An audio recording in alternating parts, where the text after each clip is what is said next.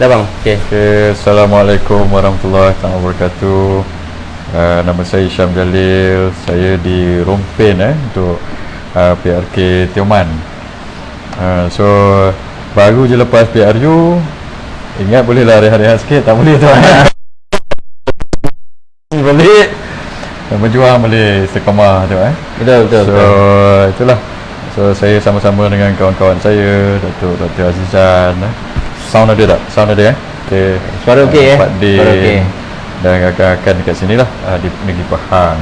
So kita cerita sikit pasal PRK Tioman ini, dan kalau nak ulas apa-apa pasal perkembangan yang berlaku. Semalam pembentukan kabinet ke apa?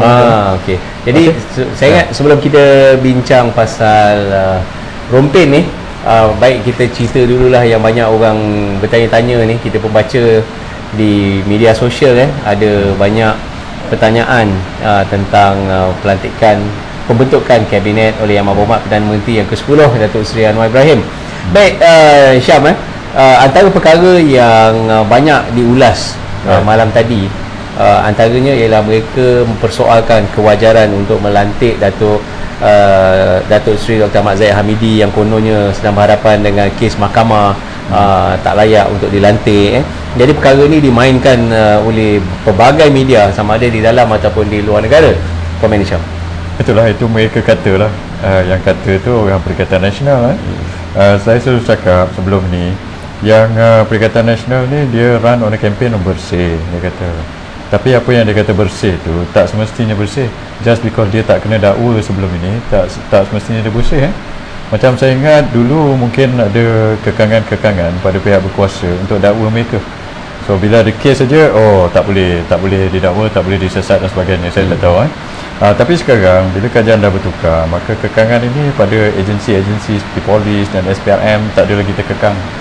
Dan saya dah cakap sebelum ini, kita takkan halang kalau SPRM dengan polis nak menyiasat ahli-ahli politik yang sebelum ini mereka tak boleh nak siasat ke macam mana. Contohnya macam itulah saya cakap itu hari lepas PR15 ni akan ada kluster mahkamah baru, kita tengoklah. Mungkin daripada dulu contoh kita, saya suruh Tan Sri Muhyiddin jawab persoalan-persoalan berkenaan dengan dakwaan yang beliau bagi kontrak kajaan pada ketika itu, bagi kontrak direct nego semasa Tan Sri Muhyiddin jadi Perdana Menteri kepada syarikat yang berkaitan dengan menantu dia. 1 bilion ke macam mana itu. Itu dia kena jawab macam mana time itu. Tak salah saya time PKP ke time darurat dan sebagainya. Dan rakyat nak tahu 600 bilion tu bagaimana. So lepas ni akan ada kluster mahkamah baru, dia kena jawab yang itu. Dia duduk cerita pasal kita Padahal Datuk Seri Zahid Hamidi tu dah pergi court all the way, dan court yang decide hakim mahkamah telah buat keputusan pada satu kes itu UKSB itu bahawa dia tidak bersalah. Bila balik kita pergi court, hakim decide kita tidak bersalah. Walaupun ada satu kes tengah berjalan, tapi kes pertama itu, kes kedua ni samalah lebih kurang dengan kes yang pertama itu. Tapi balik-balik sana, bila dia orang lompat parti je last time, Perikatan Nasional tiba-tiba jadi suci murni bersih pula dah. Tak kena dakwa. Tapi kalau betul mereka nak buktikan yang Perikatan Nasional Tan Sri Muhyiddin, Azmin Ali dan sebagainya yang lompat-lompat parti itu, Mas Miyati dan sebagainya bersih, betul-betul bersih, bersedialah untuk disiasat. Jangan halang-halang pihak berkuasa untuk siasat, dan bersedia untuk pergi mahkamah, baru kita boleh tengok mereka bersih atau tidak. Kes Datuk Zahid tu saya dah jawab sebelum ni yang mana kita tanya pendakwa raya, duit UKSB tu siapa yang bagi duit tu tak tahu, dia kata. Lepas tu kita tanya juga, dia orang kata Nicole Tan tu siapa pun tak tahu juga. Lepas tu duit tu di mana tak tahu. Kalau tak tahu macam mana dia boleh dakwa Berdasarkan buku 35. Berdasarkan buku 35. Buku 35 siapa-siapa pun boleh tulis. Saya dah cerita benda ni dulu tu Kalau kita nak berdasarkan buku 35, kalau macam itu, kita pun boleh dakwa, siapa-siapa pun boleh dakwa kita. Siapa nak fitnah Datuk atau nak naya Datuk, siapa-siapa boleh tulis buku 35 kata Datuk Azizan ambil duit dan sebagainya. Tapi kita pula kena. So pendakwaan terpilih macam ini yang tak boleh. So kes Datuk Sri Zahid itu telah dibuktikan di mahkamah dia tak bersalah. Satu lagi kes sedang berjalan, dia it takes cost lah. Tapi kes-kes yang sebelum ini tidak didakwa itu itu kena tengok balik. Yang mana yang sekat-sekat tu, macam saya dah kata sebelum ini, kes Mas Miyati dengan Mustafa Muhammad. Itu kes dia sama je macam kes yang Tok Mat Maslan dengan Tan Sri Syarif. Faktanya sama. Tapi kenapa pula kita yang kena dakwa pergi mahkamah? Betul. Tapi dua orang ini tidak didakwa. So mereka kena buktikan, Perikatan Nasional ni kena buktikan yang mereka bersih. Macam mana nak bukti? Awak kena sedialah untuk didakwa di mahkamah. Betul. Baik, jadi Syam, kalau kita tengok kita ada hikmah jadinya perkara ni semua, ada hikmah yang besar.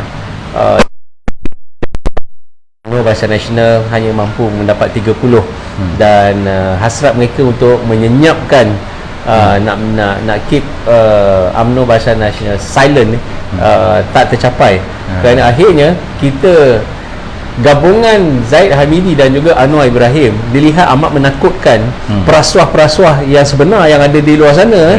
Komen ni Syam. Sebelum ini kita je kena dakwa, orang lain tak kena dakwa. Kali ni saya ingat kita tengoklah siapa pula kena dakwa lepas ni, dan dia kena jawab lah. Jangan pula lepas ni dulu dia bila kita kena dakwa dia tuduh macam-macam. Kali ni bila mereka kena dakwa, Perikatan Nasional ni dan sebagainya, jangan mereka koyak pula. Pergilah menjawab di mahkamah. Janganlah pula kata pendakwaan terpilih ke apa. Kita dah 4 tahun setengah orang kita kena dakwa. Tak lagi awak pula lah. Tidak. Ini adalah untuk mereka bertanggungjawab terhadap apa yang berlaku. Terutama masa darurat dulu, masa PKP, orang nak tanya 600 bilion tu pergi mana. So Tan Sri Muhyiddin nak kena jawab benda itu. Lepas tu masa PRE tu saya dah bawa isu ni itu hari tu kita tengok Perikatan Nasional ni mewah betul dia belanja. Sampai orang kata mereka menang pasal duit. Dulu saya tengok puak-puak Perikatan Nasional dalam terutama PAS bawa 10 milo, sekarang saya tak jumpa dah 10 milo ni saya ingat. So jumlah dana saya, sebab itu saya saran kepada SPR supaya anggarkan setiap parti tu berapa dia belanja tu. Lepas tu bila dapat anggaran berapa setiap parti belanja, baru kita boleh tanya mana dia dapat duit tu.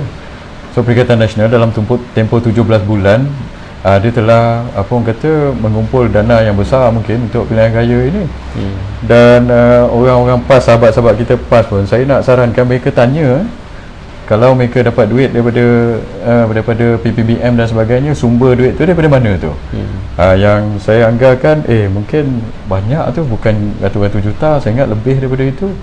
So untuk satu Malaysia, so mereka kena tanya sumber duit tu mana dia dapat, tiba-tiba dapat duit banyak yang boleh spend. Kalau kita tengok orang kita tampal bendera pakai sukarelawan di tempat saya bertanding pun, tapi Perikatan Nasional ni dia tampal bukan ni, pakai keren ni tu Betul. So banyak itu kita boleh nampak. So sebab saya tak mahu negara ini kita menang pilihan raya, sistem demokrasi kita dipacu oleh duit, tak bagus itu. Kalau ada politik wang macam itu, ini yang lubuk rasuah sebenarnya. Betul. Dia nak pilihan raya, dia ambil duit daripada mana kita pun tak tahu. Mungkin daripada 600 bilion tu ke apa ke dana-dana ini, pakai duit tu pilihan raya, dia menang pilihan raya sebab dia pakai politik wang untuk ini. Itu kita tidak mahu. Itu kalau duit tu daripada sumber yang betul, bagi tahulah kita. Tapi kalau duit tu daripada sumber rasuah ke sumber haram ke daripada commission project semasa 17 bulan merintah, ini kita kena siasat. Sebab tiba-tiba kita nampak kali ni mana dia orang ni dapat dana yang begitu besar itu. So kita tak mahu benda ini perlu kita siasat. Kalau dia kata dia bersih, buktikan di mahkamah. So jangan takut-takut untuk kena siasat oleh pihak berkuasa sebelum ni. Sebab sebelum ni saya tahu pihak berkuasa mungkinlah mereka terkekang tapi kali ni mungkin tidak ada banyak kekangan lah. Betul.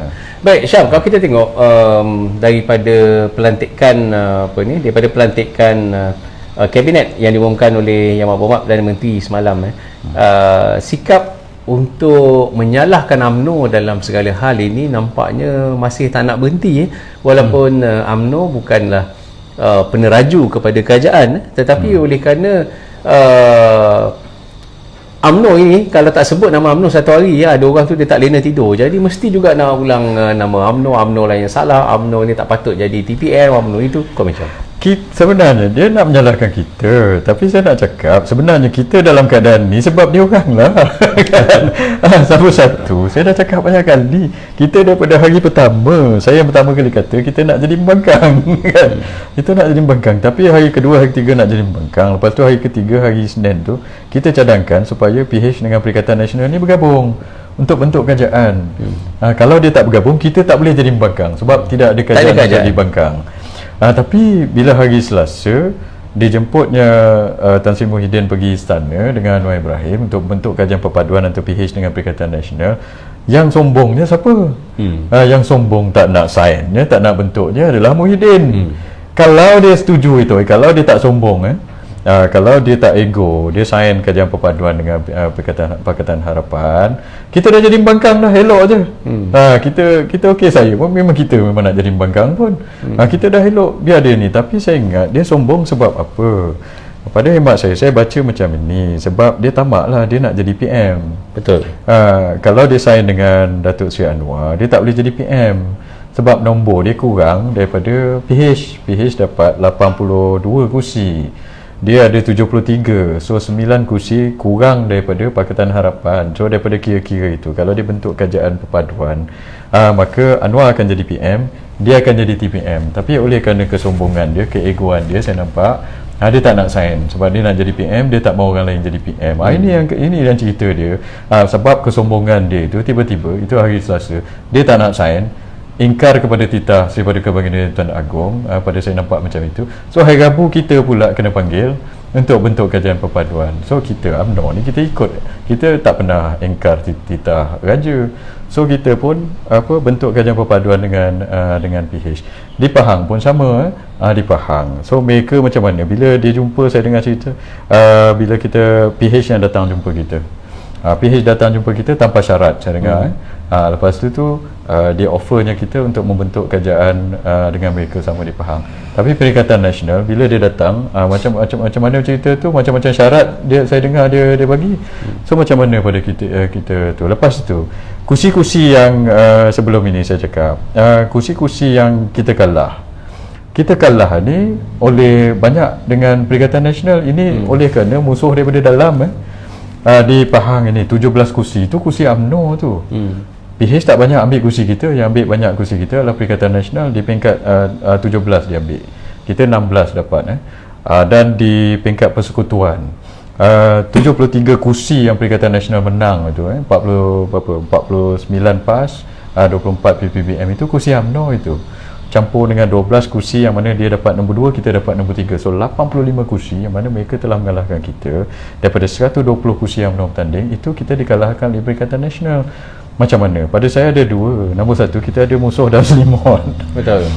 Musuh dalam selimut. So musuh dalam selimut ini yang sebenarnya telah melemahkan UMNO dari dalam, menyokong Perikatan Nasional. Tiba-tiba 85 kursi ni kita hilang kepada Perikatan Nasional. Bayangkan macam itu. PH tak ambil kursi banyak daripada kita. So PH, kawasan PH dengan kawasan BM tanding ni banyak tak overlap. Kawasan DAP dengan kawasan UMNO tak overlap. Yang overlap banyak dengan Perikatan Nasional. So saya dah sebut itu hari itu. So dia nak salahkan kita, tapi sebenarnya itu hari saya dah cakap lepas PRN, kalau kita nak buat postmortem lah, lepas PRN Johor atau PRN Melaka, kita dah suruh buat pilihan raya, ingat tak? Betul. Kalau sekiranya, yalah, alang-alang kita nak cerita pasal dia orang duk tuduh kita macam-macam ni kan, kita cerita balik lah. Saya looking forward punya person. Saya tak suka tengok belakang-belakang ni, tapi pasal dia tuduh kita, okay, let's cerita benda yang betul. So lepas PRN Melaka, PRN Johor, momentum kita tengah tinggi. Patutnya time tu kita dah buat pilihan raya, bubar parlimen, kita dah suruh dah. Tapi puak-puak mana yang tak nak bubar? Puak-puak yang menyokong Perikatan Nasional. Tak boleh bubar lah, pasal inilah, pasal itulah, tak sedia lagi lah apa. Tapi dalam tempoh berapa bulan itu, bila lepas Johor sampailah dekat setahun, sampai PR15, time tu tiba-tiba kita memperkasakan pula orang yang nak bunuh kita daripada dalam ini. Dia sempat cari duit dalam 17 bulan tu, berapa bulan tu sempat cari dana yang besar. Lepas tu sempat pula memperkasakan kawasan-kawasan mereka sampai dia jadi duri dalam daging dan musuh dalam selimut daripada dalam, sampai 85 kawasan kita mereka tewaskan. Yang tewaskan kita Perikatan Nasional. Yang sokong Perikatan Nasional ni orang-orang kita, ada yang dalam yang saya cakap itu orang kita sendiri. So maksudnya siapa yang memberi talian hayat kepada Perikatan Nasional untuk mengumpul kekuatan? Itulah orang-orang yang sekarang ni tengah bersuara, yang bising inilah. Dulu yang nak melambat-lambatkan pilihan raya mereka juga. Sekarang lepas kita dapat hanya 30 kursi, mereka bising lagi, padahal kita kalah banyak. Itu sebab mereka lah lambat-lambatkan pilihan raya sebegitu. Saya ingat dulu tu masa kerajaan, ingat tak sejarah Melayu Pada saya sejarah Melayu ni sentiasa berulang. Masa Kesultanan Melayu Melaka jatuh dulu, Kesultanan Melayu Melaka jatuh, mula-mula ada orang salahkan Portugis. Betul, Portugis yang serang kita, tapi kita jatuh bukan pasal Portugis. Kita jatuh sebab ada orang buka pintu. Siapa yang buka pintu lah? Raja Mendelia dengan si Kitol, orang dalaman sendiri juga. Kali-kali ni berulang balik sejarah. Siapa yang bagi memperkasakan Perikatan Nasional sampai dia boleh dapat kalahkan kita 85 kursi daripada 120 kursi kawasan-kawasan Melayu yang UMNO bertanding. So mereka perlu bertanggungjawab pasal hal ini. Sebab itu bila mereka suruh katakan Presiden kita letak jawatan, saya tak setuju, sebab tanggungjawab itu bukan pasal kita punya pengerusi BN atau Presiden saya bertanggungjawab. Siapa orang-orang lain yang kata kita, Presiden kita daripada awal, sejak daripada PRM Melaka, lepas kita menang dah Presiden kita suruh buat apa? Suruh bubar, betul tak? Yes. Itu belum lagi kita ambil kira kesahihan. Ada satu perjanjian persefahaman yang kita nampak dalam social media bertaburan. Cerita itu orang semua boleh baca butiran-butiran itu, termasuklah mereka berjanji untuk menyokong Tan Sri Muhyiddin sebagai Perdana Menteri selepas PRU 15. Betul. Dulu sebelum PRU kita tak mau songket cerita-cerita ni sebab kita tak apalah, benda dah lepas-lepas lah. Tapi bila kita lepas PRU 15 dah mereka pula songket-songket. Ada beberapa personality ni cuba nak ngungkit-ngungkit. Okeylah, saya nasihatkan pada mereka, kalau awak nak ngungkit-ngungkit, nombor satu, orang kita pun boleh ngungkit-ngungkit juga, cuma kita tak suka lah main game ini. Tapi kita akan jawab. Macam saya sebagai ketua penerangan, kalau ada orang yang katakan nak menyalahkan lagi, okey, saya akan jawab lah. So kita akan tanya balik, kenapa awak delaykan pilihan raya dulu? Kenapa pula ada perjanjian dan sebagainya itu yang telah memperkasakan Perikatan Nasional sampai dia kalahkan di tempat kita 85. So siapa yang sebenarnya menyebabkan kekalahan kita? Awak orang lah yang menyebabkan kekalahan kita. So kalau kita nak main game tu boleh blame game, blame game itu, tapi saya tak mau main blame game itu. Kita nak move forward sekarang ni, kita nak solidkan UMNO balik. So saya nasihatkan orang-orang ini, don't play that game. Itu awak main dengan api tu. Kalau awak main dengan api, nanti kan susah kan. Kita tak mau jadi macam itu. Kita nak solidkan balik UMNO. Kita nak UMNO bersatu padu balik. Lepas ni kita dah bentuk kerajaan. Kita bentuk kerajaan perpaduan dengan PH ni. Sebab apa? Pasal awak orang juga Sebab PH yang Perikatan Nasional yang tak mau sign. Muhyiddin ego, dia tak nak jadi timbalan Perdana Menteri dan sebagainya. So kita nak buat macam mana? So kita move forward from this. Kita nak selesaikan masalah ekonomi ni. Kita pun ada 5 atau 6 orang Menteri Kabinet daripada UMNO dan Barisan Nasional. Dekat situ kita kena fokus kepada bantu rakyat lah. Baik Syam, saya rasa kita perlu jawab juga satu tuduhan yang mungkin kita tak cukup kuat untuk melawan naratif ni masa kempen hari tu, ialah satu undi untuk BN, ialah satu undi untuk Zahid sebagai Perdana Menteri. Tapi hari ni kalau tak undi Datuk Zahid pun, hari ni Datuk Zahid ditakdirkan Allah, dia lantik sebagai timbalan Perdana Menteri. Betul. Saya ingat macam ni semua kuasa Allah tu sebab saya tengok Perikatan Nasional, walaupun dia membelanjakan jumlah yang besar, itu satu lagi kita nak tanya dia, mana dia dapat duit tu. Dan saya nak gesa orang-orang PAS ni, dia tahu tak duit yang dia dapat daripada PPBM ke apa ke itu sumber dia ni datang daripada mana. Saya nak gesa mereka tanya, awak tahu tak sumber yang duit yang awak dapat ni, sumber dia daripada mana? Adakah sumber daripada halal atau haram daripada dulu tu? So saya nak tanya mereka supaya dia tanya Tan Sri Muhyiddin satu. Dan saya ingat sebab dia menang, pada saya nampak dia orang menang ni pasal duit sebab itu saya nampak macam itu.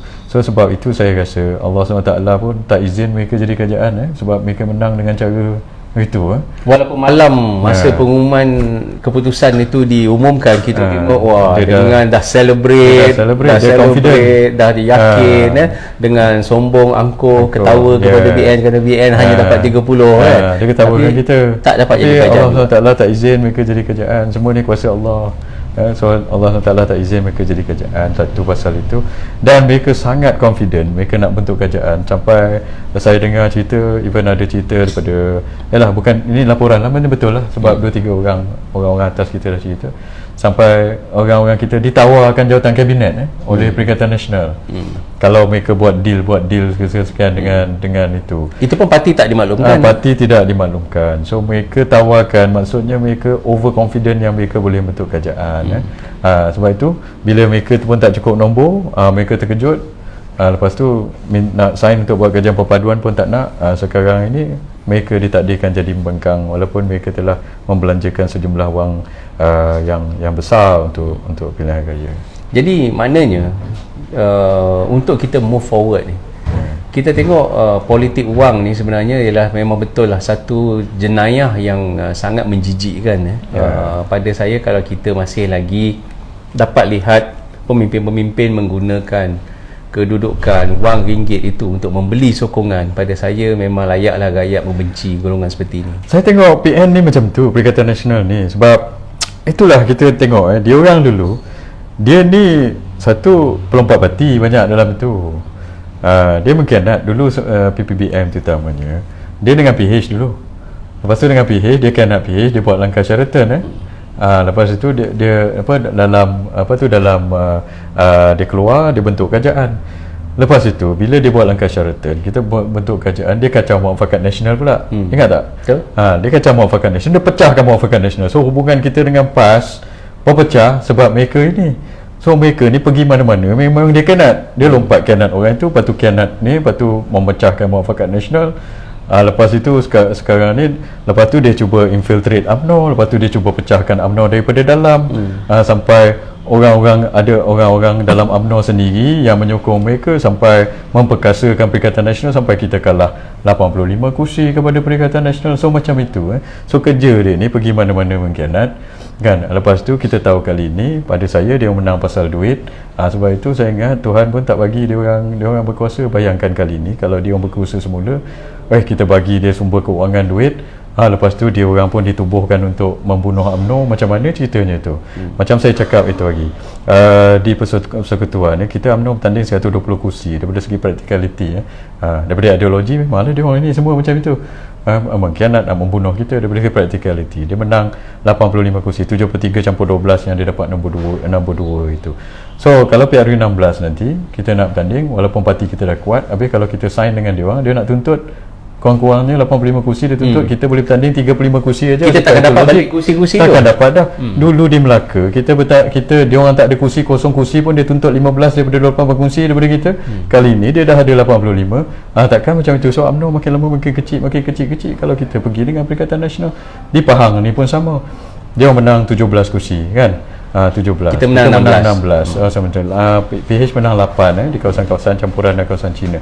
Habis tu kalau kita bekerjasama dengan mereka, dia akan tuntut balik kursi-kursi ini semua. Lepas tu kita bagi kuasa duit pula pada mereka ini. Dan kita tahu sebelum ini PRU 15 dia menang ni pasal dia tabur banyak. Ini yang saya nak suruh SPR siasat. Macam mana ceritanya macam itu tu. Sebab itu saya kata ini perlu dikekang lah, sebab kita macam saya kata, kita tak nak orang menang pilihan raya pasal duit ni. Betul. So kalau menang pilihan raya pasal duit, dekat situ lah jadi punca rasuah, punca politik wang dan punca sebagainya. Ini tak boleh jadilah macam itu. Jadi semua tuduhan-tuduhan yang dilemparkan kepada UMNO, Barisan Nasional selama hari ini sekarang ini Allah tu maha berkuasa, maha adil, dan tuduhan itu terpalit kepada mereka sendiri.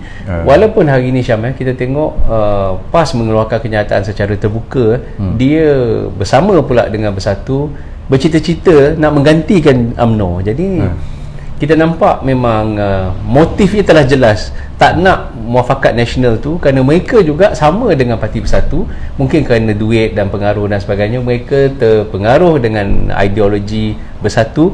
Mereka nak juga membunuh UMNO, nak menggantikan UMNO. Jadi perkara-perkara ni kita nampak akan semakin jelaslah siapa musuh siapa sebenarnya. Itulah.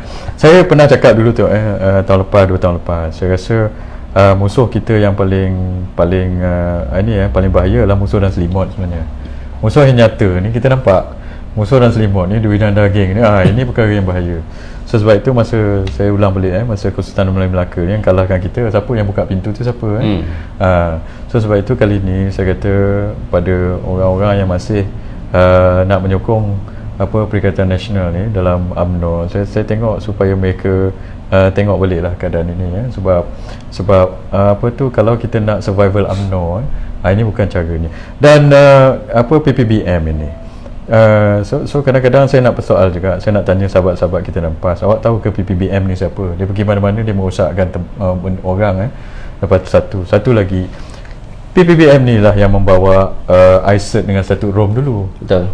So mereka kata macam mana? Dia kata dia nak memperjuangkan orang-orang Melayu dengan Islam. Ingat tak 4 tahun lepas 3 tahun lepas, tahun 2019, siapa yang bawa ICET? Siapa yang bawa Statut Rom? Menteri PPBM lah.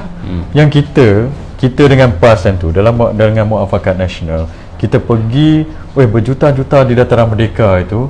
Kita melawan siapa sebenarnya tu? Kita melawan ICET, kita melawan Statut Rom yang dibawa oleh PPBM, ingat tak? PPBM masa tu tak ada dekat Dataran Merdeka dengan kita tu. PPBM time tu mana dia duduk rumah, dia masih nak fight untuk ICET, ingat? Betul. PPBM ini dalam Perikatan Nasional ini yang dulu mereka yang bawa ICET. PPBM juga yang orang kata biarkan Pulau Batu Putih jatuh ke tangan negara asing. PPBM juga. Betul. So PPBM ini menjual kedaulatan negara kita pada saya, dan pada masa yang sama dia nak bawa ini ICET yang melemahkan orang kata institusi orang-orang Melayu dan Islam di Malaysia ni, Statut Rom dan sebagainya. So sekarang dalam Perikatan Nasional tiba-tiba mereka nak jadi champion orang Melayu. Saya tak faham benda ini.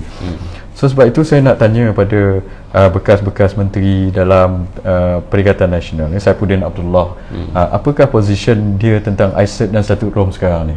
So dia kena, sama ada dia minta maaf ataupun dia buat penjelasan terbuka.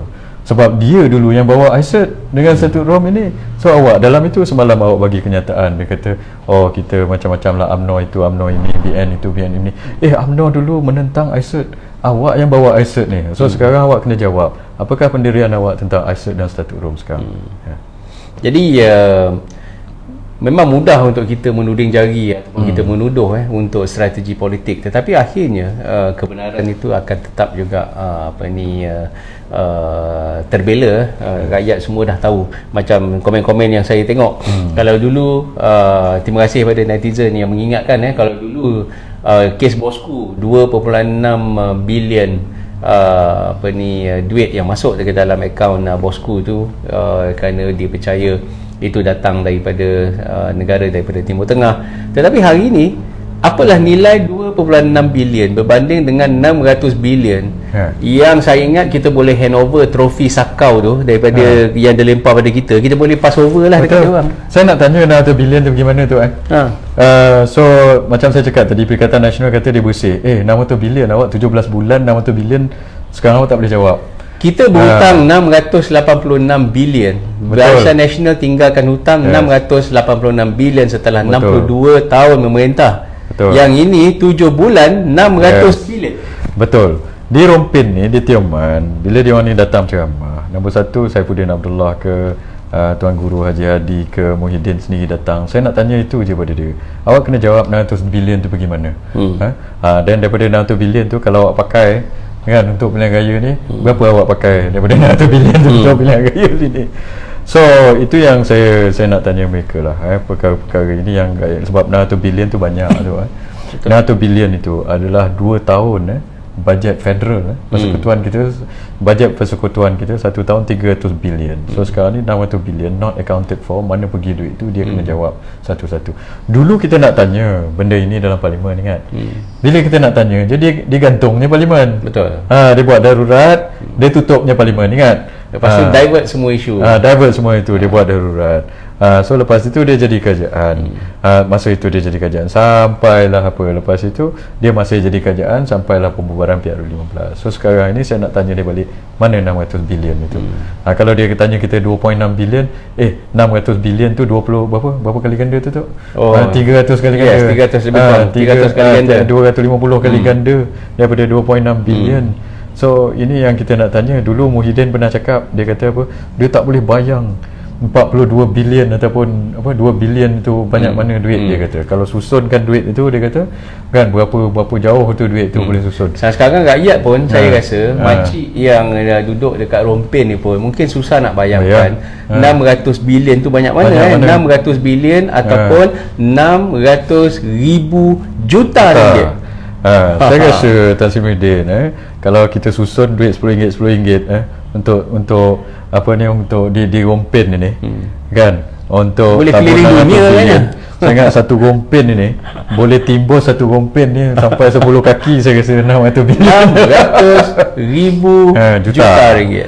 So dia kena explain lah sebab ini duit rakyat, mana pergi. Lepas tu dia juga kena explain dakwaan dan tuduhan yang mengatakan dia, yang kita tanya banyak kali dia tak jawab, bahawa 1 bilion kontrak telah dianugerahkan secara direct nego kepada syarikat yang berkaitan dengan anak ke menantu dia semasa dia berkuasa. So kalau dia kata dia betul-betul bersih, awak kena cakap lah, awak kena jawab lah benda ini. Selaras dengan tagline kempen pilihan raya Perikatan Nasional bersih dan stabil, PN Best. Dia kata begitu.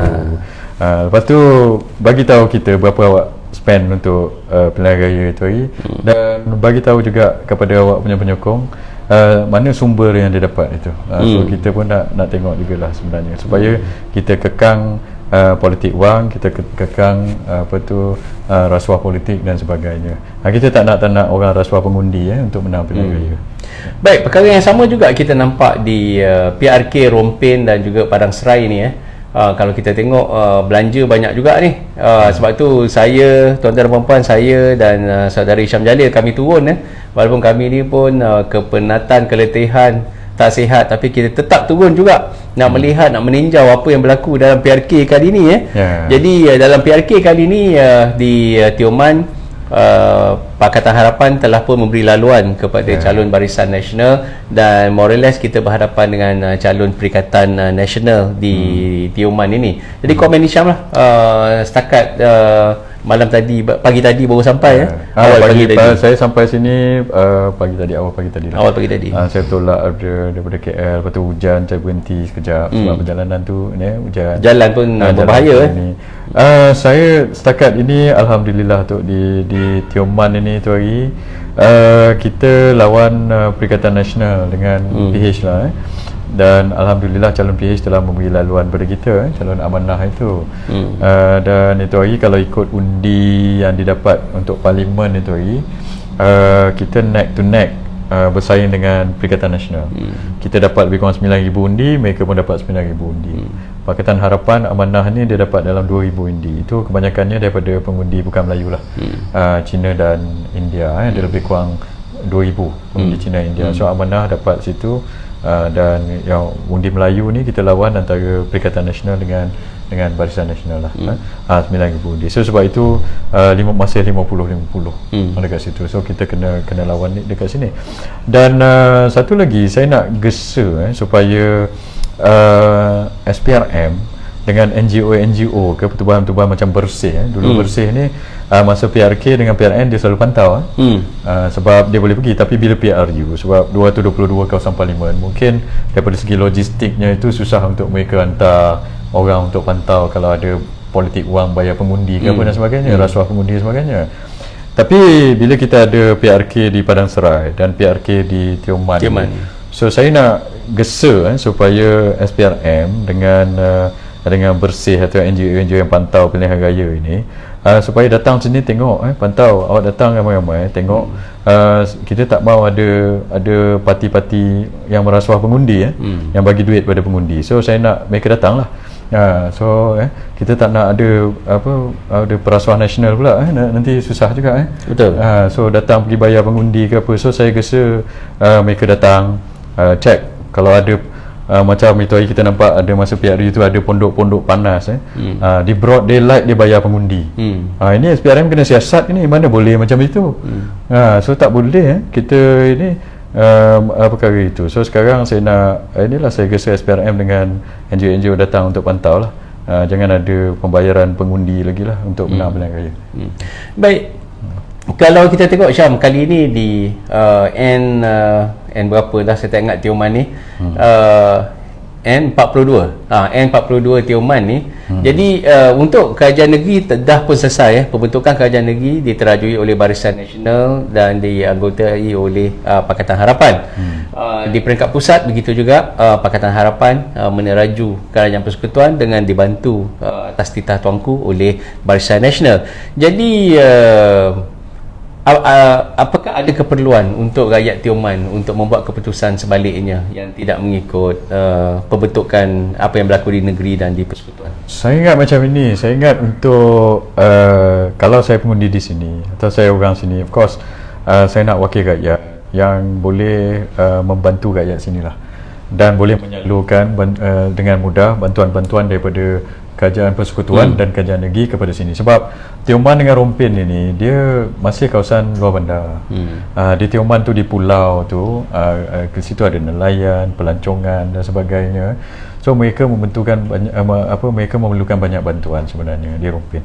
So kalau wakil rakyat dia adalah pembangkang di peringkat persekutuan dengan di peringkat negeri, maka susah untuk saluran-saluran bantuan-bantuan ini capai. Bukan tak boleh, tapi susah. Kita tahulah, dulu kita pernah jadi pembangkang. Saya di Selangor 3-4 penggal jadi pembangkang. Saya tahu perkara ini. Dan di peringkat persekutuan kita pun 4 tahun lebih. 4 tahun lebih dekat 5 tahun jadi pembangkang, kita tahu. Bukan tak boleh, boleh. Tapi untuk wakil rakyat pembangkang ini membantu rakyat itu banyak kekangan.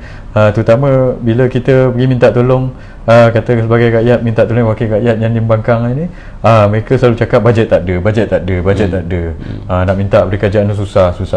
So memang masalah pada rakyat. So sekarang ini di peringkat persekutuan kita tahu Perikatan Nasional ni bukan kerajaan di pembangkang. Di peringkat negeri pun mereka pembangkang. Yang kerajaan adalah kita. Kita tiba-tiba je memang kita nak jadi pembangkang, tapi kita kuasa Allah SWT kita ditakdirkan menjadi kerajaan lagi. Masih lagi menjadi kerajaan. So di Pahang ini macam Menteri Besarnya Datuk Seri Wan Rosdi, dia ni orang baik. Dia orang baik. So dia memang selalu bantu rakyat. So kalau katakan kali ini kita diberi peluang lagi untuk mewakili wakil rakyat di Tioman ini, maka lebih mudah untuk kita bantu rakyat lah. Sebab kalau rakyat susah, sini pun banyak orang susah, nelayan pun ramai susah, ada orang asli susah, lagi, orang asli lagi banyak susah. So kalau dia pergi minta tolong pada wakil rakyat, maka mudah untuk wakil rakyat ini berhubung dengan kerajaan negeri. Kalau tak dapat bantuan dari kerajaan negeri, pergi pada kerajaan persekutuan untuk bantu. Daripada kita menggadaikan kita punya masa depan atau nasib, sokonglah orang ini. Sebab dia orang ni pergi kempen negatif, tuduh Barisan Nasional ni apa-apa itu dan ini, padahal mereka sendiri pun banyak kes Perikatan Nasional ini. So tiba-tiba lepas pilihan raya mereka ni hilang, tak tahu pergi mana, ataupun nak bantu pun susah sebab mereka bukanlah kerajaan. So saya rasa lah pada orang Tioman untuk buat keputusan yang bijak lah kali ini. Okey, jadi kepada pengundi-pengundi yang akan turun pada hari Rabu nanti, hari ini pengundi awal sudah pun keluar membuang undi. Diharapkan kepada pengundi di N42 Tioman dan juga di Padang Serai. Kita tak sure sempat tak sempat ni nak cover Padang Serai, tapi apapun kita minta supaya pengundi-pengundi, keputusan telah pun dibuat oleh rakyat. Kita dah tahu siapa kerajaan negeri, dah tahu siapa kerajaan persekutuan. Jadi tak perlu kita nak ada wakil rakyat yang tak sehaluan dengan kerajaan negeri. Jadi Tok Wan Rosdi banyak dah buat untuk negeri Pahang, tapi tsunami anak muda ni kita tak boleh jangka. Jadi banyak keputusan-keputusan yang kita tak faham yang berlaku di negeri Pahang. Tapi apapun, Allah masih lagi selamatkan, Barisan Nasional masih lagi menerajui negeri Pahang. Jadi harap tuan-tuan dan puan-puan tak payah bazirkan undi. Saya selalu cakap dalam live, jangan bazirkan undi anda. Inilah jadinya percaya sangat dengan naratif-naratif yang ada di luar. Akhirnya percaya undi BN dapat Zahid sebagai PM. Tapi bila BN kalah pun, Allah mentakdirkan Datuk Seri Dr. Ahmad Zahid Hamidi masih lagi Allah pilih menjadi Timbalan Perdana Menteri Malaysia. Buat kali kedua, bukan kali pertama, buat kali kedua. Jadi kita hanya merancang, Allah juga merancang. Perancangan Allah lah yang masih hebat. Okey Syam, ada harapan kepada pengundi-pengundi? Saya baca banyak komen ni. Banyak dia orang cakap salam 600 bilion, salam 600 bilion. Alhamdulillah, ingat ikutlah saya nak cakap juga pada Tan Sri Muhyiddin dengan Perikatan Nasional, saya pun nak bagi salam 600 bilion. Salam Siapa-siapa yang terlibat, siapa-siapa pun terlibat, tak kisahlah dari parti mana pun, salam 600 bilion. Kalau boleh tidur lena, silakan tidur lena. Tapi kita menghitung hari menghitung hari bila kajian dibentuk, parlimen akan dipanggil, nanti akan timbullah cerita-cerita tu. Salam 600 bilion. Wabillahi taufiq wal hidayah. Assalamualaikum warahmatullahi wabarakatuh. Salam sejahtera. Kita jumpa malam ni daripada PDM Pianggu Pianggu dari Tioman. Kita jumpa malam ni pukul 9 insya-Allah. Assalamualaikum.